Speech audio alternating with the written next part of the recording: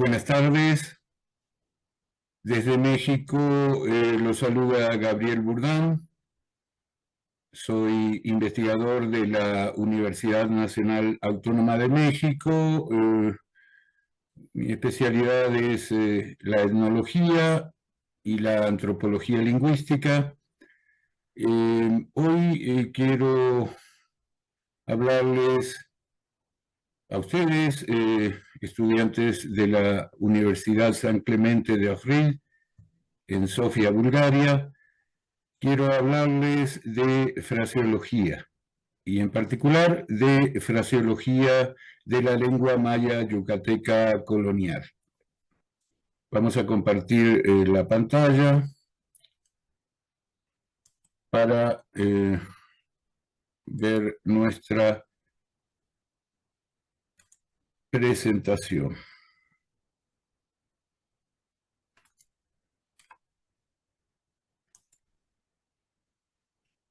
Si ustedes alcanzan a apreciar, vamos a iniciar, vamos a hablar de fraseología cultural, frasemas del idioma maya yucateco colonial.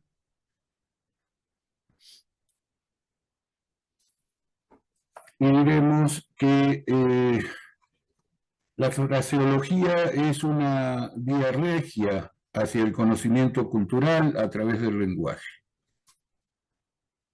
Cuando decimos que un nativo habla en frasemas, reconocemos que las expresiones fijas, las locuciones y los giros idiomáticos son la verdadera textura del habla cotidiana. No basta con conocer la gramática y el vocabulario. Lo que da sabor, identidad y pertenencia a una lengua son sus frasemas. Las expresiones fijas, las locuciones y los giros idiomáticos son realmente esa textura del habla cotidiana. En esta sesión nos centraremos en el maya yucateco colonial, tomando ejemplos del Calepino de Motul, diccionario maya-español del siglo XVI, y del diccionario maya-cordemex de Barrera Vázquez. Los contrastaremos con el español, en la medida de lo posible, para ver cómo las culturas fijan gestos, valores y tipologías sociales en expresiones idiomáticas. Para analizar estos frasemas seguiremos 5 criterios, que son estos que pueden ver ustedes en la pantalla. El criterio cultural, es decir, los frasemas como archivo de roles sociales, tipologías morales, prácticas comunitarias y otras categorizaciones implícitas en la lengua.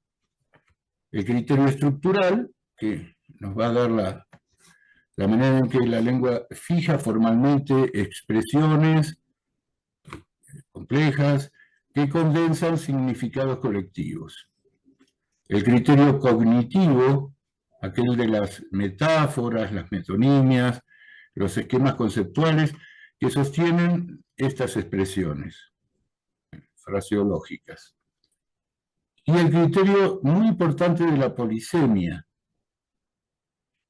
En este caso, en el léxico del maya yucateco colonial, es una red polisémica, bien interesante y compleja.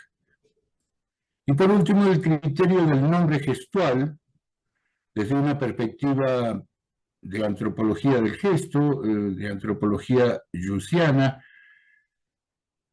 en la que cada frasema es un gesto convertido en denominación, es decir, un nombre gestual. En otra ocasión, más adelante, vamos a ver cuán interesante es esta perspectiva. Pero pasemos ya a los frasemas en maya colonial para que ustedes conozcan ejemplos de este rico repertorio. Ahora sí. Sí, gracias.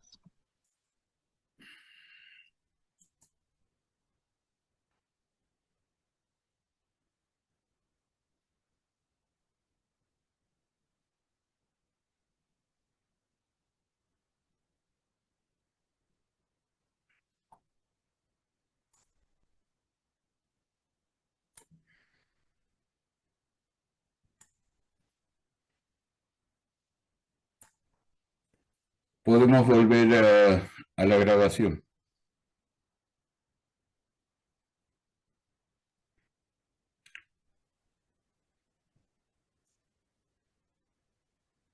Los frasemas en maya yucateco colonial. La fraseología del maya yucateco colonial incluye toda una caracterología, una clasificación de actitudes, comportamientos y modos de vida humanos. Los frasemas analizados a continuación dan cuenta de ello. Comenzaremos con una expresión que se apoya en una parte del cuerpo como matriz del significado, que es esta que pueden ver en la diapositiva. Nog chi'il, boca grande, que alude obviamente a la boca. Vamos a analizar. Nog chi'il, boca grande, representa o significa líder, autoridad. La expresión Nog chi'il winik, hombre de gran boca, principal, el que manda.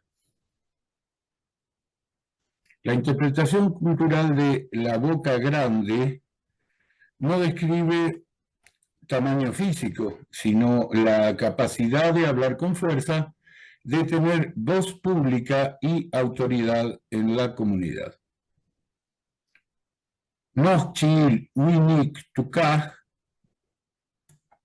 tiene esta estructura, un sustantivo, chi es boca, chi'il es de boca o de la boca,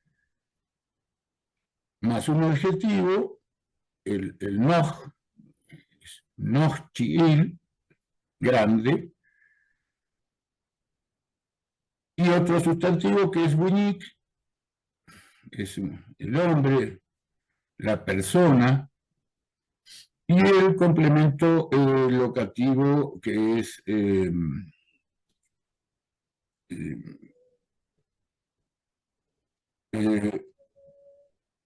perdón, el tukaj, que sería, aquí hay una ambigüedad en la traducción, kaj quiere decir pueblo, pero tukaj es literalmente sería en su cuando, es un locativo, pero también es una referencia temporal, ¿no? Lo dejamos para un posterior análisis a ese componente locativo. Hombre de boca grande en su pueblo. El sentido es el de principal, el de un cacique, el hombre que manda. Podemos pasar a al siguiente ejemplo.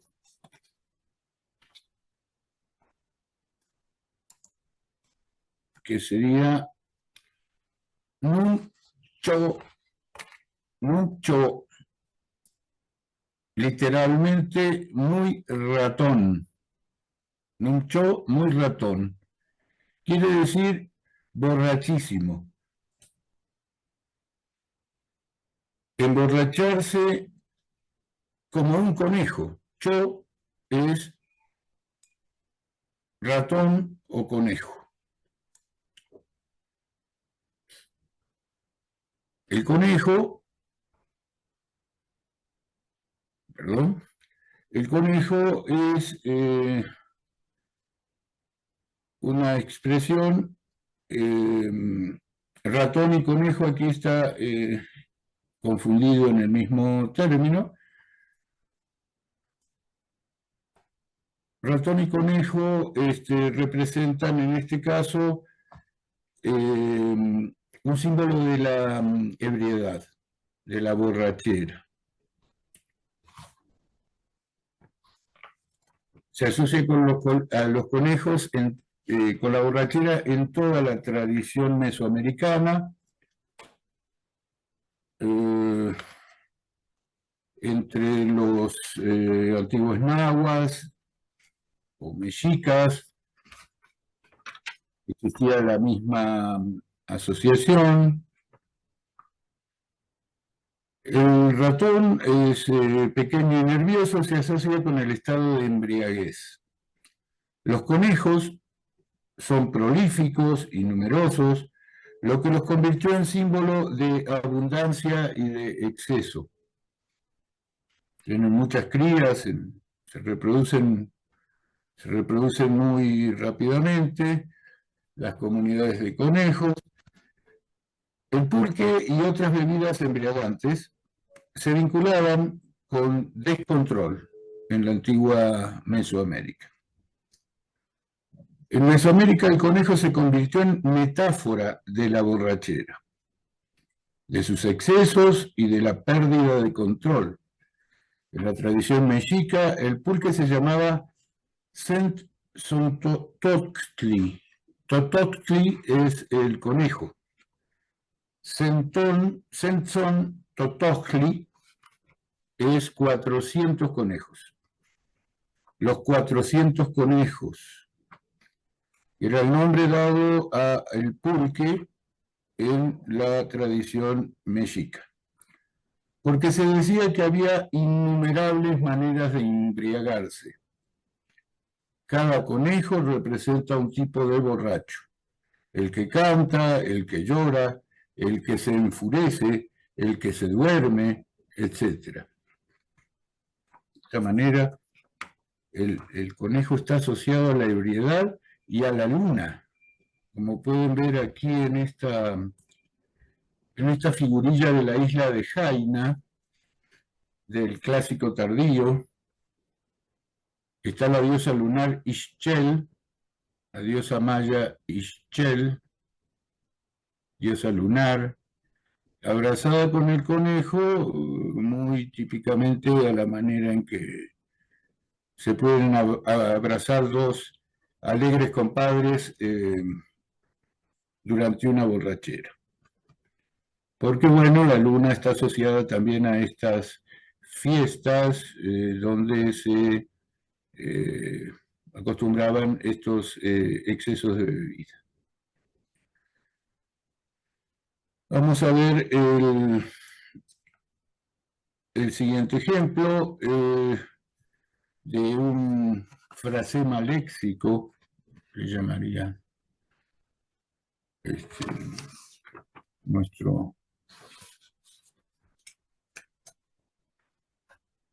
nuestro vocabulario fraseológico, vamos a llamarle frasemas a estas unidades compuestas que se hacen parte de la fraseología o del léxico, digamos, a la manera del léxico se incorporan como unidades inmodificables, fijas, etc. Ajpek, el que es perro, para designar a una persona que hace amenazas o que es amenazante. Ajpek está formado por aj, que es un prefijo masculino. Aj es el que y lo que sigue. Aquí ajpek es el que es perro, aquel que es perro. Literalmente, el que ladra. Significa perro o persona que amenaza. En español decimos perro que ladra no muerde. En la cultura maya antigua el perro se asocia con la muerte, entre otras cosas. Pek, ahí con una K glotalizada.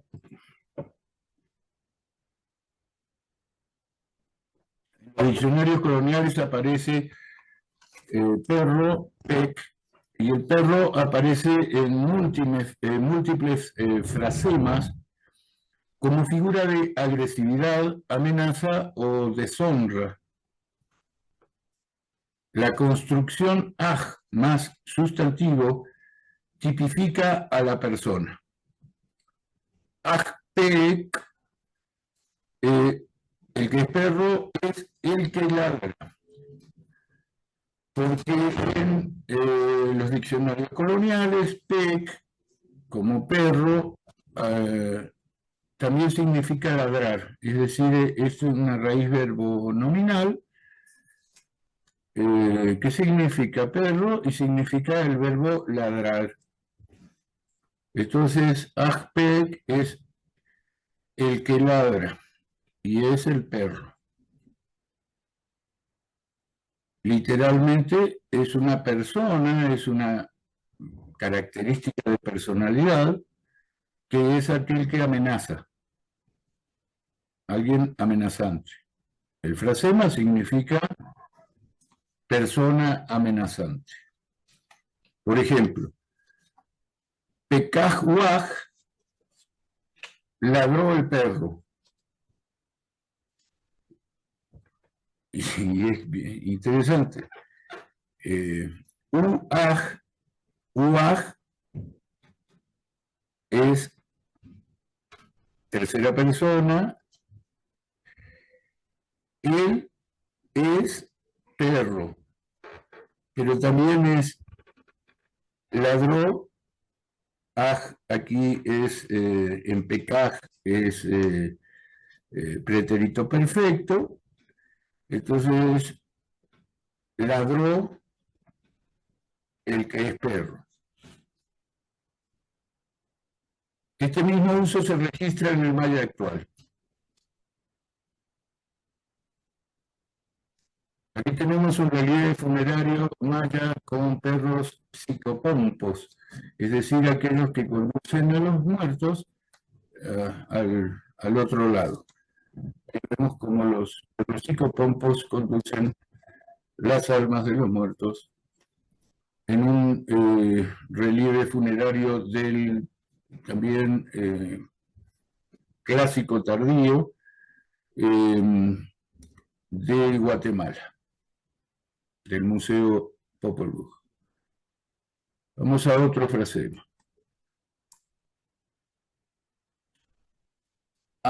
Ajbashal-na, hijo desobediente.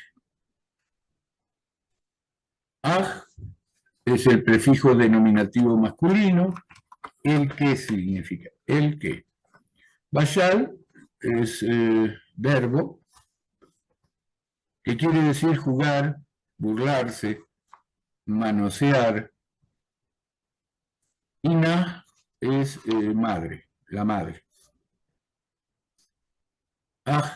Bashal-na sería el que juega con su madre o el que se burla de su madre. Y designa al hijo rebelde, irrespetuoso, desobediente. Profesor Nicola, ¿podemos interrumpir un momento porque aquí ha comenzado a llover inesperadamente?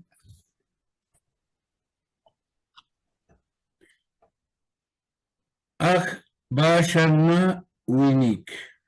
Ajbashana Winik.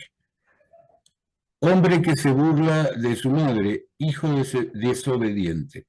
No existe jugar o burlarse del padre, o jugar con el padre. El verbo bashal, jugar, no se aplica para un frasema de este tipo.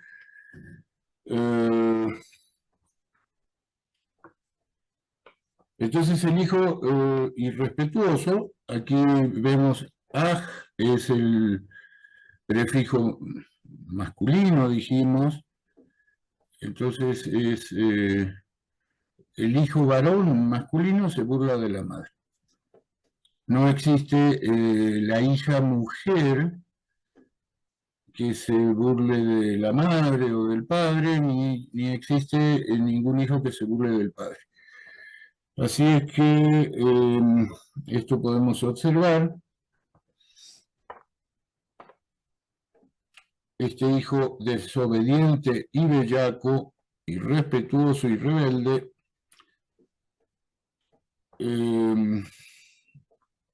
juega con la madre. Otra acepción de bashal, de este verbo, es manosear, toquetear, o sea, jugar con las manos, toquetear, manosear. En el Motul, en el diccionario de Motul o Calepino de Motul, se registra bashal como manosear, tocar repetidamente con las manos. Este uso enfatiza la dimensión táctil y corporal del verbo. El juego está entendido como manipulación física. Connota exceso, falta de respeto o intromisión. Manosear no es solo jugar, sino toquetear, invadir con las manos. Acá vemos juego. Bashal también se aplica al juego de pelota de los antiguos mayas. Es algo que tenía una importancia ritual muy fundamental. Había grandes juegos de pelota, etc. Aquí vemos una escena ritual con jugadores y glifos calendáricos del Poc-Tapoc, así se llamaba el juego de pelota maya. Esto es clásico tardío, también 600 a 900 después de Cristo. Pasemos al siguiente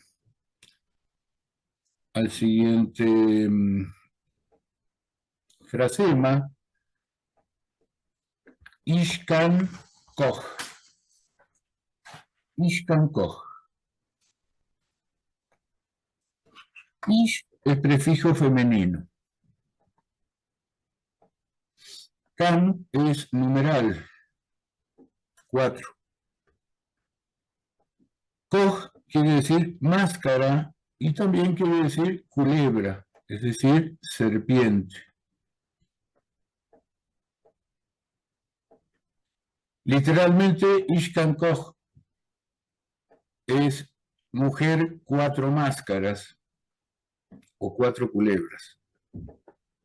El uso más frecuente de Koch es máscara. Ishkan Koch Tugol sería mujer de 4 máscaras en su corazón. Y significa, vamos a decir, su sentido figurativo, su uso realmente como frasema, es para designar a lo que allí glosan como mala mujer, como hipócrita. La hipocresía bajo esas 4 máscaras, o que se vale de esas 4 máscaras. El sustantivo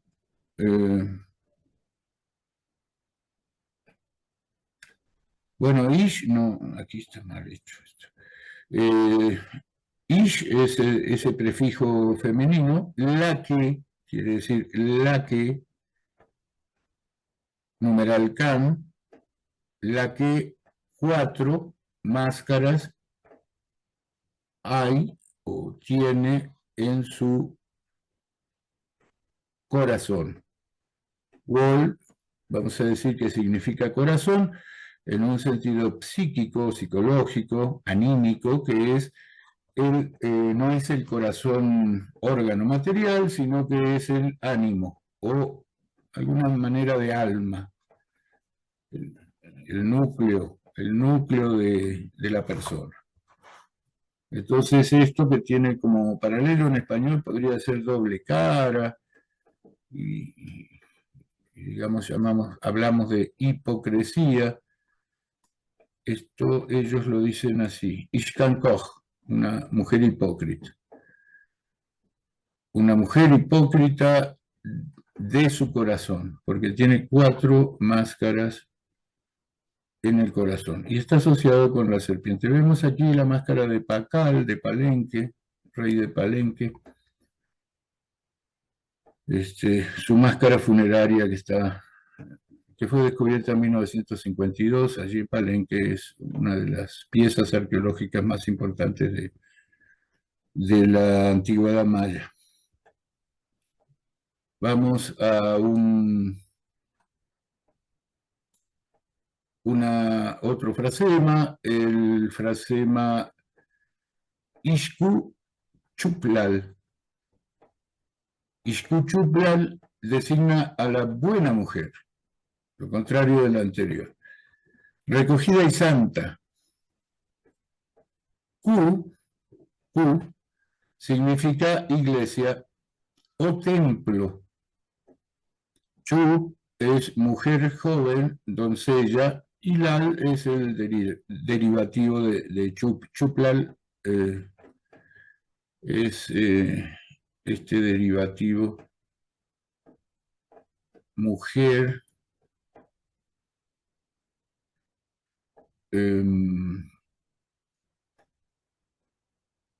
mujer de iglesia.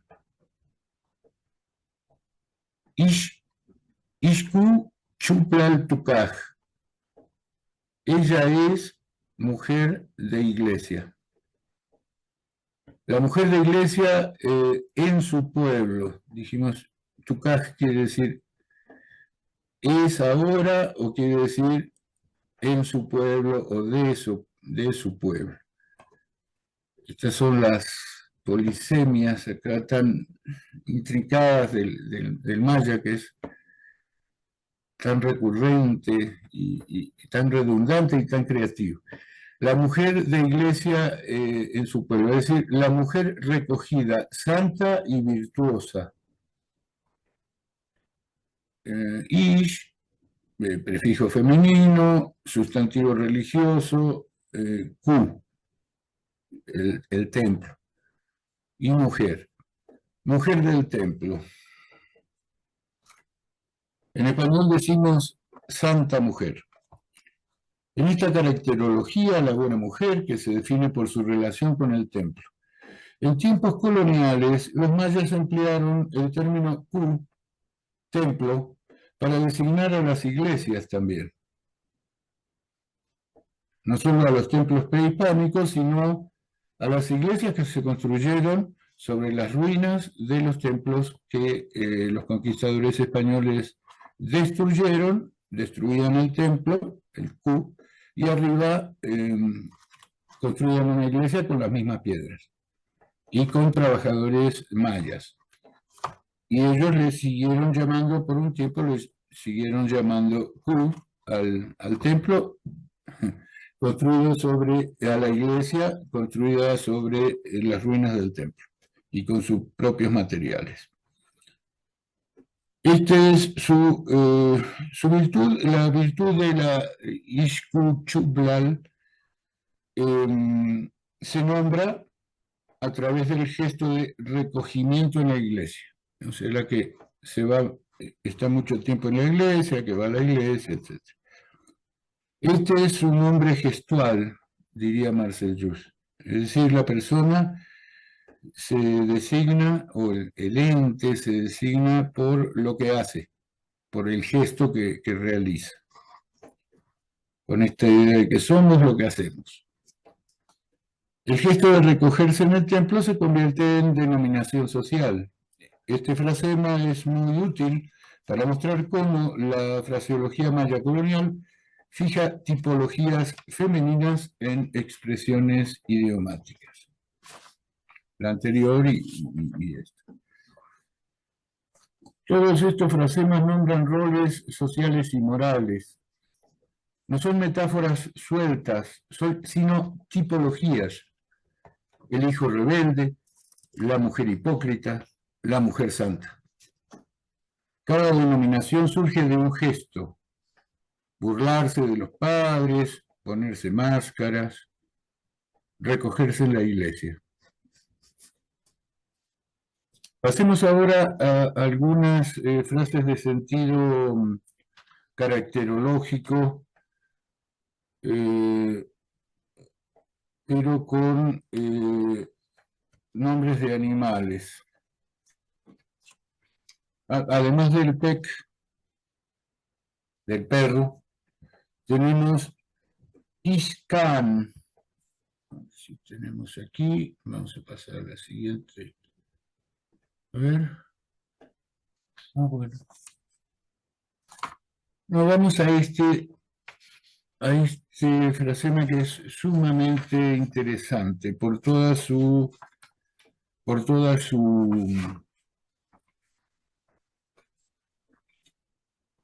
la polisemia involucrada. Además del frasema o el aspecto fraseológico, este también es interesante porque en el mismo frasema hay todo un juego de encabalgamiento semántico, digamos, hay polisemia, hay doble sentido y hasta triple sentido. El frasema Ach-Zotz Wall, el de corazón sucio, tiene aquí el núcleo en este adjetivo, Zotz, que quiere decir sucio. Es decir, bueno, y esto se lee como corazón, el de corazón sucio, el de corazón malo, el de ánimo torcido, el de espíritu impuro. Obviamente sucio es asociado con esta glosa de impuro. La traducción colonial es corazón sucio, se interpreta como ánimo contaminado, voluntad torcida, inclinación a la maldad o espíritu impuro, mala conciencia, ánimo perverso, etc.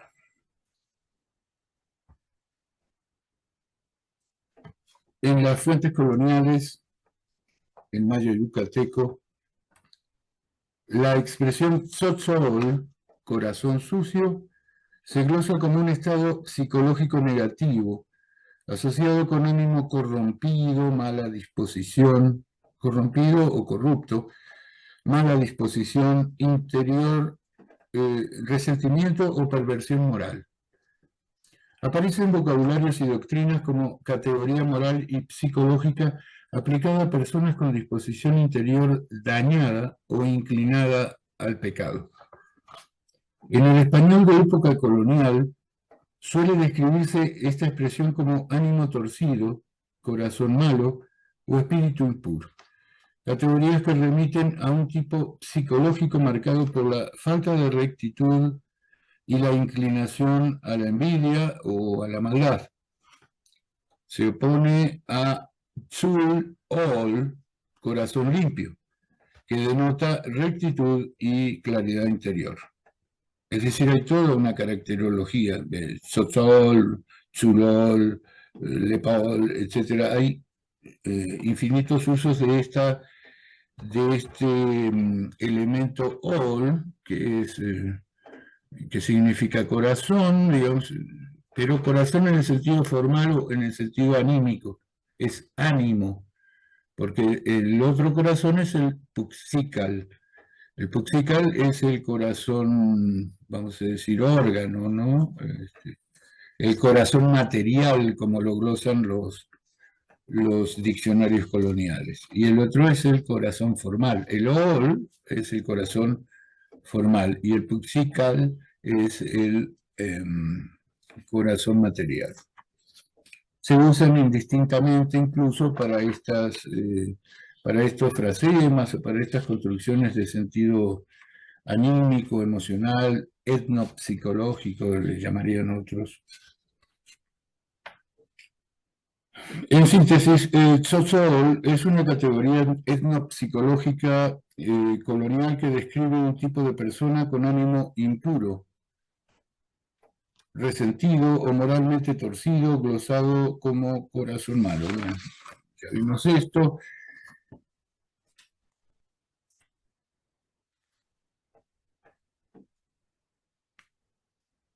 El corazón es Wall, allí tenemos Wall, correctamente, U es tercera persona, es como el posesivo de tercera persona, y porque las partes del cuerpo no pueden ir sin su posesión. Bueno, estas son características de la lengua maya que ahora en esta visión fraseológica vamos a pasar rápidamente, ¿no? Pero es el que tiene sucio su corazón. El corazón es la sede de la emoción y del juicio. Su suciedad implica corrupción interior, pérdida de equilibrio, y en la semántica maya la limpieza del corazón equivale a rectitud y prudencia.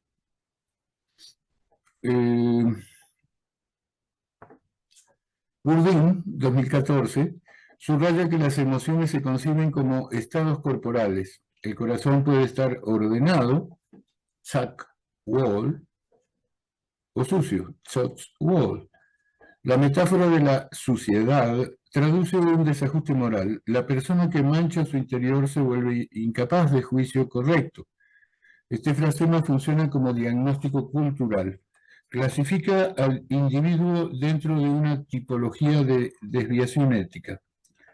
La suciedad del corazón no es solo física, sino simbólica, remite a la contaminación ritual y social. Así, Wall no describe una emoción pasajera, sino una condición permanente de corrupción. El frasema revela la estrecha relación entre el léxico corporal y la moralidad en la cultura maya colonial. El corazón como espejo de la pureza o la depravación.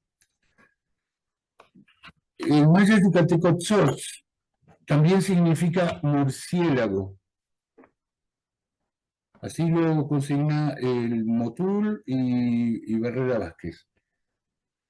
En el Popol Vuh aparece Camatzotz, esta deidad, el murciélago de la muerte, que incluye esta raíz tzotz como deidad del inframundo, que decapita a Hunahpu, uno de los gemelos divinos del Popol Vuh, que bajan al inframundo, y Hunahpu es decapitado por Camatzotz, el murciélago de la muerte. Estudios modernos confirman que tzotz es el término general para murciélago en las lenguas mayas. El murciélago se asocia con la oscuridad, la noche y el inframundo. En la iconografía maya aparece vinculado a sacrificios por decapitación o extracción del corazón y a la muerte. También tiene connotaciones de fertilidad y sexualidad, pues se relaciona con la sangre y con la polinización de flores. Como puede apreciarse en las fuentes mayas coloniales, tzotz se usa como nombre para el murciélago y también como adjetivo en el sentido de peludo, lanudo, cubierto de pelo sucio, y de pelo y sucio. Es decir, significa tres cosas: sucio, murciélago y peludo, o lanudo. Y se asocia con la muerte. Entonces, ¿quién es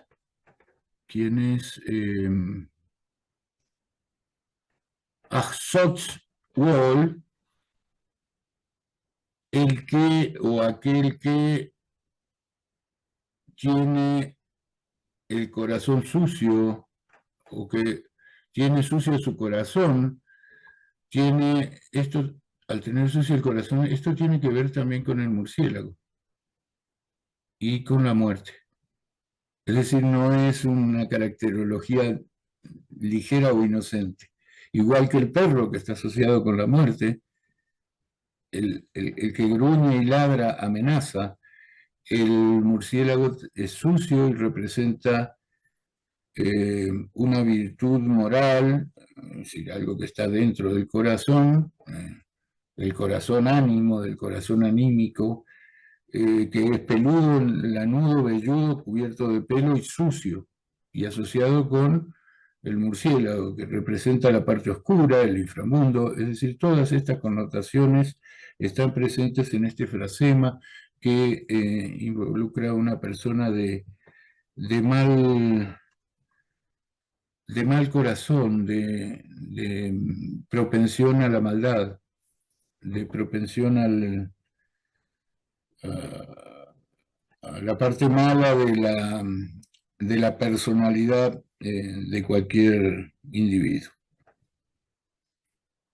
El etnónimo Tzotzil, esta es una etnia que habita fundamentalmente en Chiapas, en el estado de Chiapas, sureste mexicano, proviene del etnónimo Tzotzil, que tiene esta raíz tzotz, proviene de Tzotzilhuinic o Tzotzilhuinic, que Tzotzil o Tzotzilhuinic, que significa literalmente hombre murciélago. El nombre se vincula con la raíz tzotz, murciélago, y refleja la importancia simbólica de este animal en la cosmovisión de los mayas. El Instituto Nacional de los Pueblos Indígenas explica que Tzotzil deriva de Tzotzilhuinic, hombre murciélago, y que los tzotziles actuales se autodenominan Batzihuinicotic, hombres verdaderos, no hombres murciélagos. Esta denominación es una denominación en maya yucateco, pero ellos no son de tierras bajas, son de tierras altas. Bueno, pero allí parece que en el señorío de Sinacantán, conocido como Tzotzlem, lugar de murciélagos, había muchos murciélagos y de allí el nombre que asociado con el murciélago, que se relaciona con el inframundo y la noche, digamos, con aspectos nocturnos, oscuros y también peludos y sucios. Vamos a la siguiente frasema. Este me parece muy interesante también. Cham Wall, persona compasiva, receptiva. Cham Wall, literalmente aquel que recibe el corazón, o el que recibe el corazón.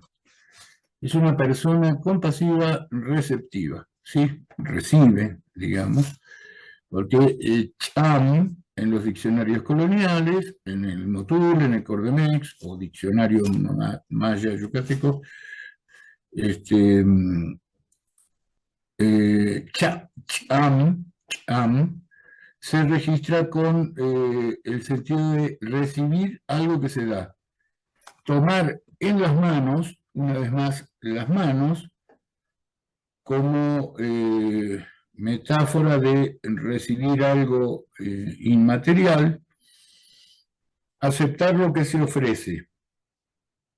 Literalmente, el que recibe el corazón de otro tomándolo con las manos. Podría glosarse de esta forma. Aquel que recibe el corazón de otro tomándolo con las manos. Esto es el sentido figurado, obviamente. Persona que acoge el corazón de otros, es decir, alguien compasivo, receptivo, capaz de escuchar y aceptar los sentimientos, las emociones ajenas. El corazón anímico, Ol, es en la cultura maya, como hemos visto, la sede de la vida emocional y cognitiva. Recibir all del otro implica abrirse a la interioridad del otro, aceptar su sentir, es decir, ser compasivo. En español sería compasivo, es aceptar o compartir el sentimiento del otro.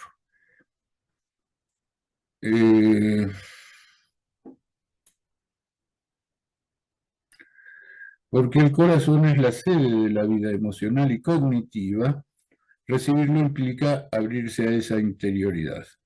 La construcción Acham-Wall tipifica una actitud de empatía y hospitalidad emocional, opuesta a frasemas de dureza o rechazo como Ahpak, el de corazón endurecido, Ahpak-Wall, el de corazón endurecido. Este tiene vínculo con el principio de reciprocidad, porque es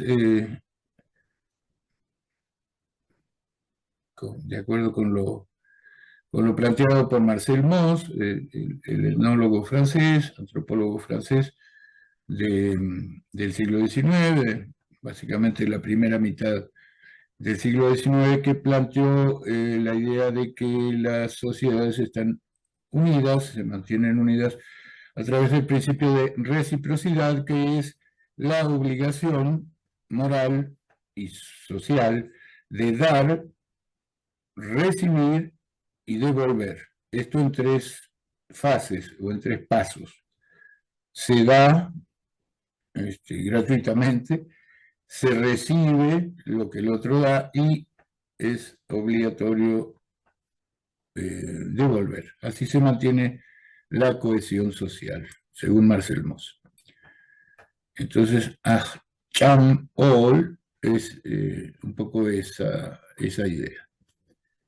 Vamos a ver ahora este otro frasema. Creo que todavía tenemos tiempo para continuar con nuestra sesión. Vamos a ver algunos oficios también formados con esta misma estructura del frasema que hemos visto, aj, prefijo masculino, y tzib, el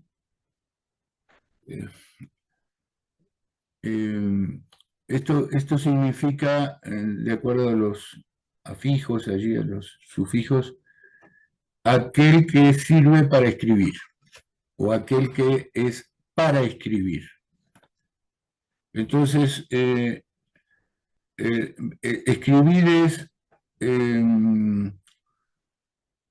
escribir es también para ellos tiene que ver con dibujar, porque ellos escribían no en caracteres latinos. Sabemos que la escritura maya era un tipo de escritura jeroglífica con glifos que se esculpían en la piedra o se pintaban en cerámica, en paredes, se grababan en dinteles de madera, diversas superficies. Y escribir era equivalente a dibujar, más o menos, ¿no? Entonces, el escribano es el que escribe, obviamente. Y Achtiv designa el oficio. Y este oficio es una figura clave en la colonia en tierras mayas. En español diríamos hombre de letras, sí, diríamos escribiente, etc. Pero con una alta dignidad de oficio, porque es el hombre de letras. En un cabildo indígena del siglo XVI se podía decir Achtiv Ukaj, el escribano de su pueblo. O también, él es escribano. La frase quiere decir las dos cosas. Su papel era doble. El funcionario colonial era al mismo tiempo custodio de la tradición maya, pues traducía la voz comunitaria al registro escrito oficial en muchas veces y en muchos casos en caracteres latinos y lengua maya. Es decir, que los Aksip eran guardianes de la escritura maya antigua, que es escritura como en los códices, como en los famosos códices mayas, que algunos de ellos, unos muy pocos, perduran en algunos museos europeos o en el Museo Nacional de Antropología en México. Ese tipo de escritura que formaba aquellos libros que llamamos códices, libros de grandes dimensiones, plegados como acordeón, etc. Bueno, ese es un tipo, es la escritura maya antigua. Y los Aksip conocían esto y habían aprendido la escritura en caracteres latinos, pero la escritura que ellos aprendían a leer y a escribir con caracteres latinos era en principio español, pero ellos utilizaron ese tipo de escritura alfabética en caracteres latinos para inscribir lo que estaba escrito en los antiguos códices, en la antigua. Entonces escribieron lengua maya en caracteres latinos y son los, vamos a decir, autores materiales de todo aquello que llamamos la literatura maya colonial, con obras como los libros de Chilam Balam, el ritual de los Bacabes, etcétera, todas las obras de la literatura que forman el importante inventario, corpus de la literatura maya colonial, está escrito en caracteres latinos y en lengua maya. Ellos fueron los amanuenses que hicieron ese trabajo y tenían una gran importancia porque hacían las escrituras de las tierras de las aldeas, las herencias, los testamentos, etcétera, eran intelectuales de primer nivel jerárquico en la sociedad maya colonial. Aquí vemos un escribano, pero un aksib, pero del posclásico.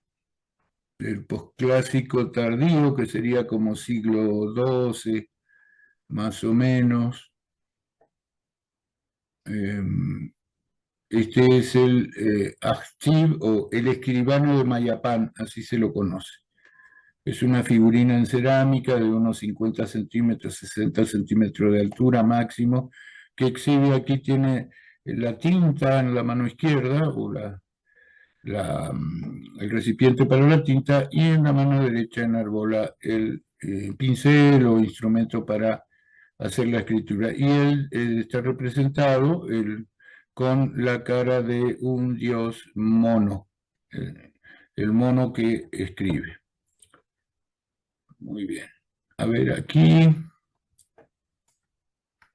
tenemos otro oficio, Aj Kuchkab, el que carga miel. Kuch es cargar, Kab es, Kab es el sustantivo para miel, también quiere decir colmena, también quiere decir pueblo, también quiere decir tierra, porque la tierra para los mayas y la sociedad era un pueblo que era una colmena, que tenía en las cuatro esquinas un bacab, es decir, una especie de deidad abeja. Bueno, toda esta polisemia es sumamente interesante, pero además es sumamente importante. Sumamente importante por el caso de que la miel es una sustancia muy valiosa, la miel de abeja melipona, abeja sin aguijón. Eso, el Ashkuchkab Es un oficio tradicional ligado a la apicultura maya. Cargar la miel entre los mayas coloniales es un oficio de alta dignidad social y no una carga moral individual, como sería, por ejemplo, cargar con la cruz en español.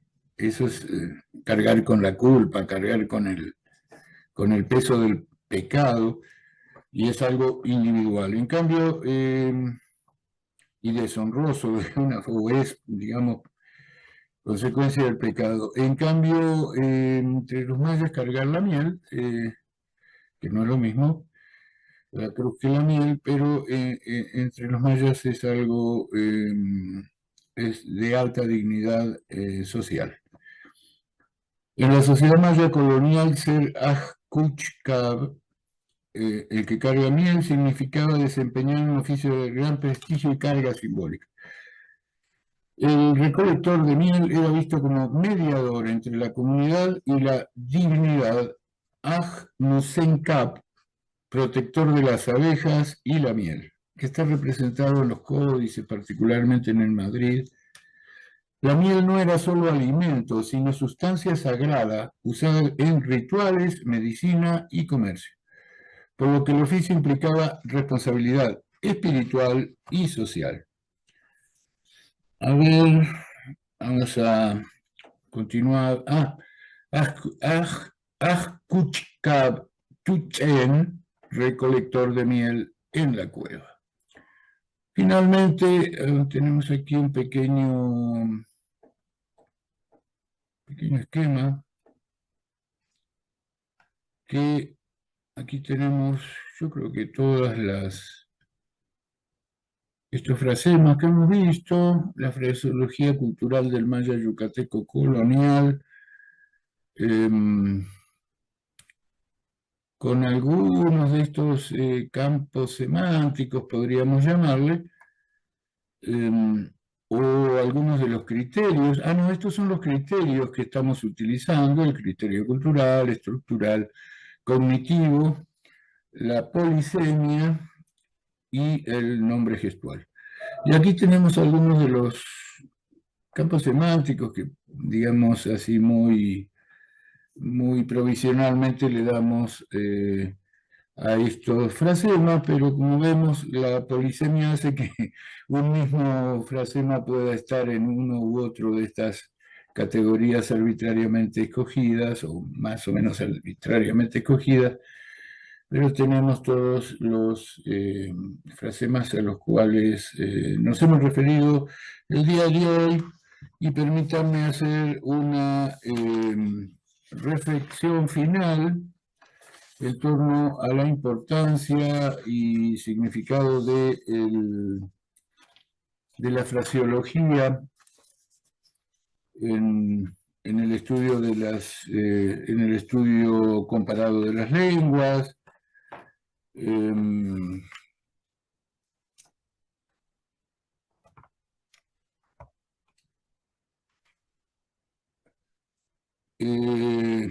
En estos ejemplos se muestra que el repertorio fraseológico maya colonial involucra un catálogo de roles, oficios, tipologías morales y entidades naturales, como los animales, ¿no? Cada frasema fija un significado colectivo, no deducible de sus partes. ¿Sí? Ya vemos que una cosa es el análisis de las partes, o sentido literal, podemos decir, y otra cosa es el significado global del frasema, que debe ser concebido como unidad, no de manera componencial. Las metáforas corporales y animales sostienen las expresiones. Y desde Jus vemos que cada frasema es un gesto o una actitud característica convertidos en nombre gestual. El hijo rebelde se nombra por su burla, la mujer hipócrita por su máscara o por el uso de una máscara, la inclinación a la maldad por el corazón sucio, o peludo, el líder por su boca grande o su vociferación, vocalización prominente o destacada. La fraseología no es un adorno del lenguaje, sino un núcleo cultural. El Maya Yucateco colonial nos ofrece un repertorio extraordinario de frasemas que nombran personas, roles, animales y objetos según sus gestos o actitudes características, como hemos visto en los ejemplos. La fraseología es entonces un paisaje etnográfico y un archivo gestual. Nos permite ver cómo una sociedad clasifica y nombra el mundo a partir de la acción, del gesto y de la praxis.